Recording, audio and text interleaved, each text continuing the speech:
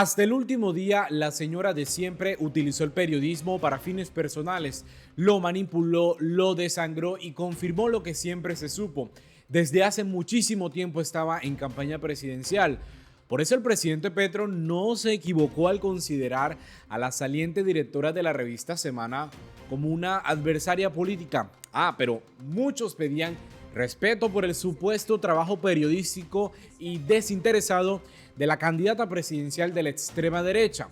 Cuando a ella se le preguntaba si sería candidata, sus respuestas eran una burla. Veamos esta secuencia que hicieron.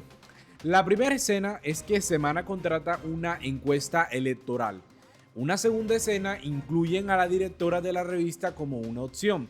Y la tercera escena, la directora dice que no tiene la culpa de aparecer en las encuestas. Gracias. ¿Cómo se llama la película? Porque su campaña era evidente desde al menos un año atrás, pero siempre respondía con evasivas, afirmando de manera irónica que ella era periodista, que no era política, mientras que realizaba una gira de foros que ya se leía como una pre-campaña presidencial. Ella está utilizando ese disfraz de periodista, atacando al presidente Petro, tergiversando las palabras de los posibles candidatos progresistas para el 26 y mentía deliberadamente para seguir con su estrategia de campaña presidencial, para ocultar sus verdaderos intereses y, claro, financiándose con la chequera de sus patronos en la revista Semana. Esa estrategia era parte de su campaña, es parte de su campaña, pero en ese momento desde un medio que usaba la libertad de prensa como escudo para ocultar un verdadero propósito, devolverle el poder a la derecha en Colombia. Incluso, ella llegó al punto de usar una portada en la revista para promover propuestas tributarias. También organizó su gira nacional para escuchar a los colombianos, auspiciada por Semana y en colaboración con aliados como Federico Gutiérrez. Es decir, hasta el alcalde de Medellín patrocinó esta operación con recursos públicos, lo que claramente beneficiaba a su candidatura. Ojalá que investiguen estos hechos, porque el uso del periodismo no solamente fue descarado y dañino para la transparencia democrática, sino con recursos públicos. Alcalde, pero usted lo quiere mucho aquí. Hace apenas un mes, ella afirmaba en su cuenta de Twitter que no renunciaría a Semana y atacaba a quienes advertían de su intención de lanzarse a la política, acusándolos de ser hipócritas, pero ella resultó la hipócrita porque desprestigiaba esas críticas legítimas y las calificaba como ataques que, según decía, la fortalecían, pero ahora ya se descubrió que ella se quitó la máscara de periodista y ahora tendrá que probarse en las urnas y descubrir que no es lo mismo manipular desde un medio que competir en una jornada electoral. Además, ahora tendrá que enfrentarse a preguntas sobre el apoyo que podría recibir de su familia los Géneco, conocidos por el largo historial de corrupción y asesinatos en el departamento del Cesar. Incluso, ya Vicky en la academia es utilizada como el ejemplo de mal periodismo, de lo que no se debe hacer. Su vergonzosa entrevista con otro político que utilizó los medios para impulsar al uribismo y a él mismo sigue siendo recordada. Era una escena de payasos, un entrevistado que justificaba los abusos del gobierno Duque, mientras en el pasado criticó nimiedades de políticos como Santos y otros más. Y una Vicky que negaba hacer política mientras usaba el periodismo como trampolín hacia el poder. Durante los últimos 2 años, tergiversó las declaraciones del presidente Petro, acusó de corrupción a cualquier político del gobierno y manipuló información a diario. Porque usted no ha hecho sino treparse y escudarse en el periodismo para hacer política. Porque eso es lo que usted ha hecho. Usted ha engañado a los electores, usted ha engañado al público. Sí, que lo único que ha hecho es opinar para llegar allá a Palacio y volverse un funcionario. No me vendo a nadie, que no ando lagarteándome puestos, que no estoy buscando ser funcionaria pública. No soy opositora, soy periodista. No hago política con el periodismo.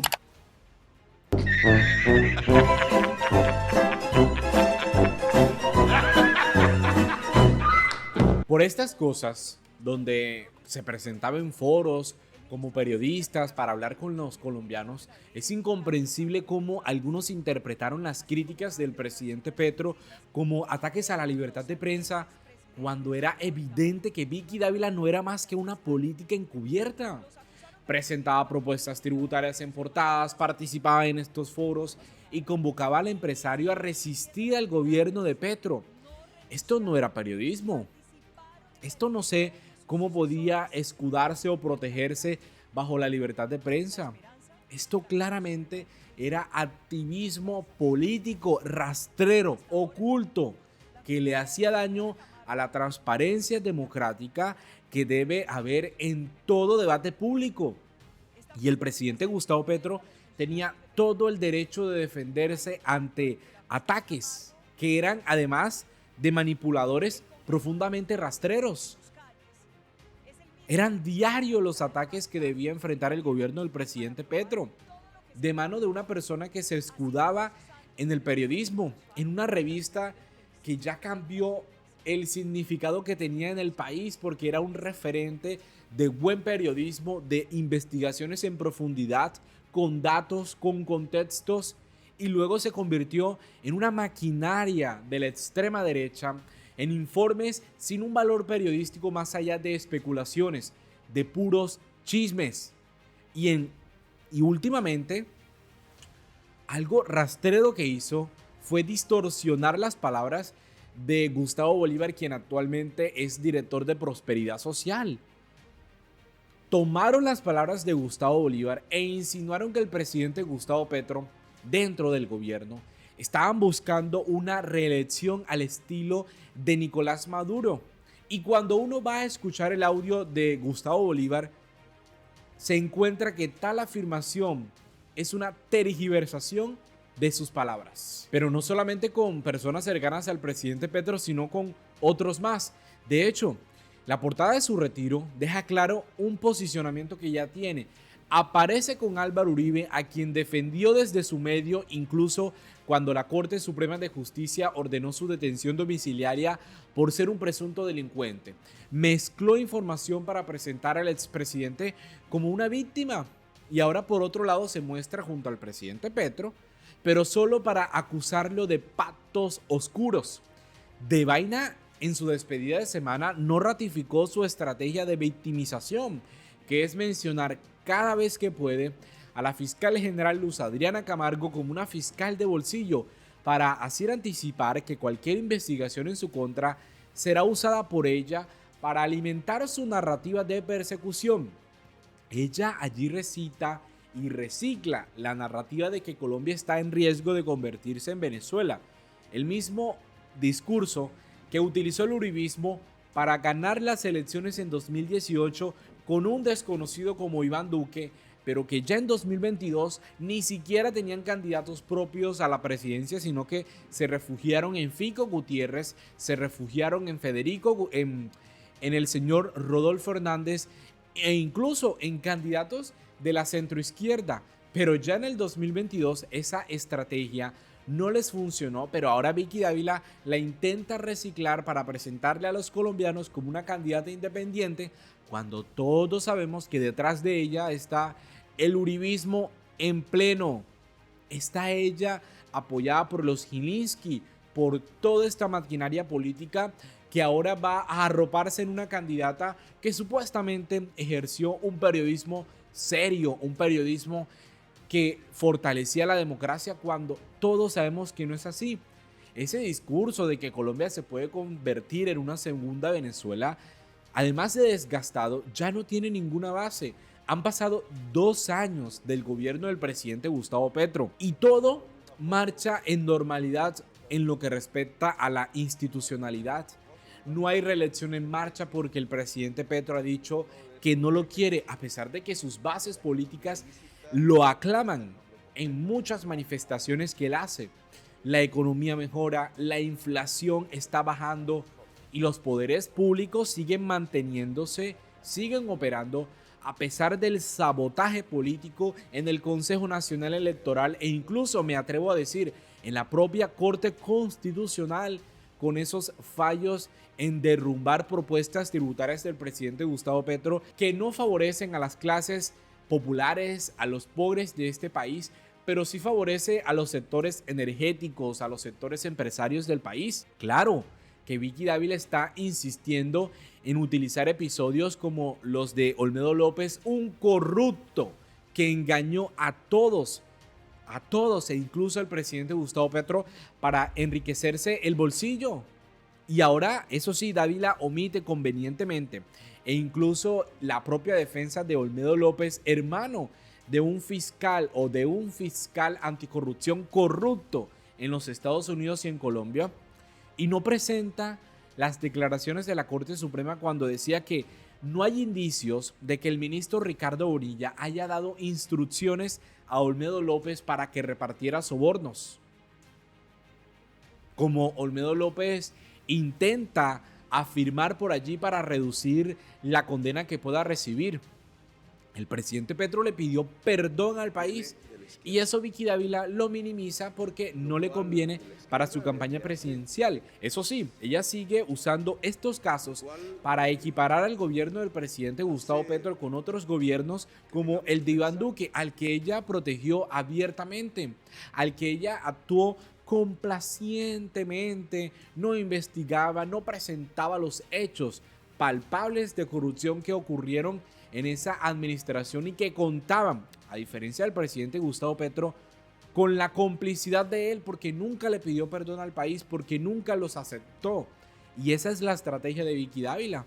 Ahora ella claramente se está preparando para una campaña presidencial en la que va a contar con la chequera de sus antiguos jefes, los Gilinski. También tendrá el apoyo, posiblemente, de su amigo, el exfiscal Francisco Barbosa, quien desde la fiscalía también usó ese cargo para fines políticos y personales. Incluso que lo tenga de fórmula vicepresidencial, todo se puede esperar con esta clase de políticos. Es probable que otros candidatos de la extrema derecha se sumen a ese proyecto mentiroso, considerando la falta de liderazgo que existe en ese espectro político que ya gobernó el país y no le dio resultados. Pero Vicky se está presentando como independiente y planea inscribirse como candidata independiente a través de firmas. Es decir, va a empezar una campaña o una pre-campaña para hacerse conocer en diferentes regiones del país. Pero yo les digo, la imagen que tiene ella no es de una persona honesta, no es de un buen periodismo, sino de una persona que utilizó ese ejercicio para favorecerse personalmente. Vicky ha respaldado y protegido a los clanes políticos regionales. ¿O por qué no ejerce un periodismo de investigación con el clan Char en Barranquilla, con Fico Gutiérrez en Medellín? ¿Por qué no lo hace los GENE con el departamento del Cesar? Allí sí hay materia por cortar, pero no la ha hecho. Porque estos clanes, que rara vez trascienden más allá del Congreso de la República, sí tienen un papel fundamental, determinante en definir el mapa político nacional del país cuando hay campañas presidenciales al Congreso y regionales. Las precandidatas del Centro Democrático ya le dieron la bienvenida a la contienda electoral, especialmente luego de que Miguel Uribe, el delfín político, las traicionó, posicionándose en una encuesta amañada como el supuesto líder en intención de votos dentro del Centro Democrático. De igual forma, amigos y amigas, ya lo vimos, Vicky Dávila realmente no se está retirando del periodismo, simplemente lo deshonró hasta el último día. Ya ahora sin el disfraz de periodista entra a la política llevando consigo las mismas prácticas que marcaron su cuestionable trayectoria: manipulación, tergiversación y un activismo político disfrazado de independencia. Su candidatura no está representando un nuevo liderazgo, así algunos medios y analistas lo quieran hacer ver, sino el reciclaje de una narrativa que está desgastada, que intenta revivir al uribismo y mantener la influencia de clanes corruptos. La contienda electoral ya no será una portada diseñada a su medida como hizo este fin de semana ni una entrevista complaciente como la que le hizo Gustavo Gómez en Caracol Radio. Ahora sí deberá responder por sus vínculos con los Géneco, los Gilinski y su complicidad con el uribismo. Su estrategia de victimización podrá resonar en ciertos sectores, pero no podrá ocultar el daño que su gestión hizo a la credibilidad del periodismo y el debate democrático. En las urnas, ya la opinión pública tendrá la última palabra y quizás entonces ella va a descubrir que no es lo mismo manipular desde un medio que enfrentar la verdad de frente. Hasta aquí este video, amigos y amigas. Gracias de verdad por haber llegado hasta el final. Yo los invito a que se suscriban, a que compartan esta información y dejen sus opiniones en los comentarios para leerlos y abrir el debate sobre esta prematura campaña presidencial que ya la sabíamos porque estaba camuflada en el periodismo. Mil gracias de verdad, nos vemos en una próxima oportunidad.